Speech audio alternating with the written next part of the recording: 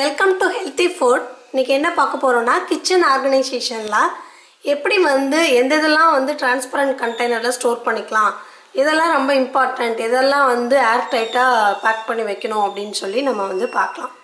ஓகேவா? இதில் ஃபஸ்ட்டு பார்த்தீங்க அப்படின்னா நான் கிரைன்ஸ் எல்லாம் எடுத்துக்கிட்டேன். ஸோ இந்த மாதிரி டிரான்ஸ்பரண்ட் கண்டெய்னர் யூஸ் பண்ணீங்க அப்படின்னா எந்தெந்த கிரைன் எது அப்படிங்கிறது நம்மளுக்கு ஈஸியாக விசிபிள் ஆகும். ஸோ பாசிப்பயிறு, நீங்கள் என்னென்ன கிரைன், பாசிப்பருப்பு, பொட்டுக்கடலை, பச்சைக்கடலை, அடுத்தது துவரம் பருப்பு, கொள்ளு, இந்த மாதிரி நீங்கள் என்ன மல்டிபிள் கிரைன்ஸ் யூஸ் பண்ணுறீங்களோ அதெல்லாம் இந்த மாதிரி ஒரு டிரான்ஸ்பரண்ட் கண்டெய்னரில் வச்சுக்கிட்டிங்கன்னா ஈஸியாக இருக்கும். அடுத்தது நான் என்ன பண்ணியிருக்கேன் அப்படின்னா இதில் கோதுமை மாவு வச்சுருக்கேன். அடுத்தது சிம்பிளாக என்னென்ன யூஸ் பண்ணுறோம், பேபி ஹார்லிக்ஸு, மல்லித்தூள் இல்லை மல்லி ஃப்ளேக்ஸ் மாதிரி இருக்கும்.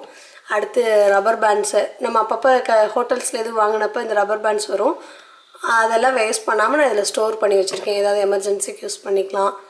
பெப்பரு, இது பருப்பு பொடி. இது ஸோ நான் என்ன பண்ணியிருக்கேன்னா இந்த மாதிரி ஒரு இதில் பருப்பு பொடி வச்சுருக்கேன்.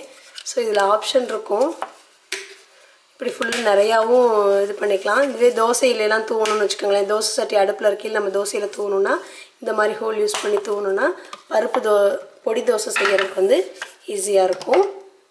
அடுத்தது பெப்பர், இது சும்மா எமர்ஜென்சிக்கு போடுற மாதிரி பெப்பரை இதில் நான் வச்சுருக்கேன்.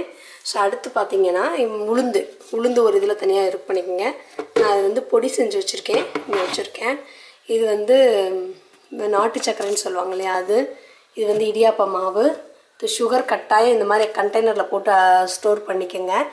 ஏன் அப்படின்னா சுகரில் எறும்புலாம் பிடிச்சிரும் இல்லையா, அதனால் இதில் கண்டெய்னரில் ஸ்டோர் பண்ணியிருக்கேன். அடுத்து மிளகா நகுத்து போகாமல் இருக்கணும் இல்லையா, அதனால் ஒரு கவரில் போட்டு அதுக்குள்ளே அந்த கவரோட கண்டெய்னரில் போட்டு நான் ஸ்டோர் பண்ணியிருக்கேன். அடுத்து இந்த கண்ணாடி திங்ஸு, இந்த உடஞ்சிரும் இல்லையா, அந்த மாதிரி திங்ஸ் இந்த சைடு வச்சுருக்கேன். ஓகேவா? ஸோ இந்த மாதிரி வச்சுக்கோங்க.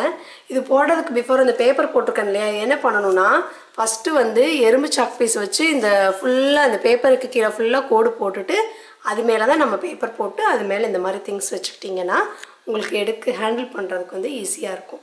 அடுத்து பார்த்திங்கன்னா நம்ம நட்ஸு, ஃப்ரூட்ஸ் எல்லாம் வச்சுருப்போம் இல்லையா, ஸோ நான் இதெல்லாமே ஃப்ரிட்ஜ் மேலே ஆர்கனைஸ் பண்ணிக்கிட்டேன், ஃப்ரிட்ஜ் மேலே வச்சுக்கிட்டேன். ஸோ ஃப்ரூட் பேஸ்கெட் வாங்கி ஃப்ரூட்ஸ் இதில் வச்சுக்குவேன். அடுத்து நட்ஸ் எல்லாம் இந்த மாதிரி ஒரு ட்ரே ஃப்ரிட்ஜ் மேலே இப்படி நியூஸ் பேப்பர் வச்சுட்டு ஒரு ட்ரே வச்சு டேட்ஸு, நட்ஸு, இந்த மாதிரி இதெல்லாம் குழந்தைங்களுக்கு கொடுக்குற அந்த இது தானே, மருந்து கொடுக்குற இது தானே, அதெல்லாம் இந்த மாதிரி வச்சுக்கிட்டேன் நான். So dry fruit, nuts, dates, இதெல்லாம் இந்த மாதிரி நான் வச்சுக்கிட்டேன். அடுத்து இன்னொன்று என்ன அப்படின்னா இங்கே பார்த்தீங்கன்னு வச்சுக்கோங்களேன், இப்போ இந்த திங்ஸ் எல்லாம் நான் கண்டெய்னரில் போடலை. இது என்னது ரவை. ஸோ இப்போ ரவையை அப்படியே வச்சுட்டு என்ன ஆகும், ஏர் போயிடும் இல்லையா, அதுக்காக என்ன பண்ணியிருக்கேன்னா இந்த மாதிரி கிளிப் யூஸ் பண்ணியிருக்கேன். பார்த்தீங்களா? ஸோ இந்த மாதிரி கிளிப்பு இது என்ன பண்ணுறீங்கன்னா நான் பேக்கை நல்லா க்ளோஸ் பண்ணிவிட்டு இப்படி ஓப்பன் பண்ணி வச்சிட்டிங்கன்னா அது நல்லா இதாகிக்கும். இப்படி பாருங்கள்,